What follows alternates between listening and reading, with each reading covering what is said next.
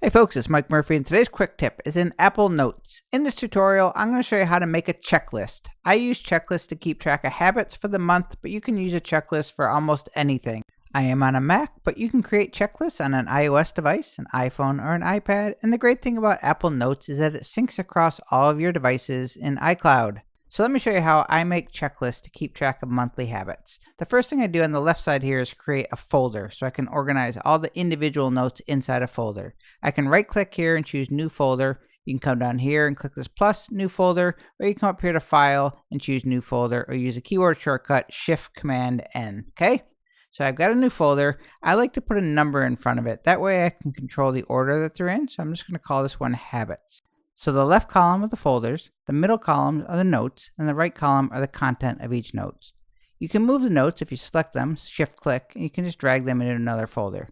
To create a new note, you can click this little pencil with the paper icon. You can come up to File, New Note, use the keyboard shortcut Command N, or you can right click and choose New Note. I'm going to call this note Exercise. I'm going to select it and bold it. Whatever you type in the first line is going to be the title of the note itself. So I want to track every day of the month. So I'm just going to type in day 1, day 2.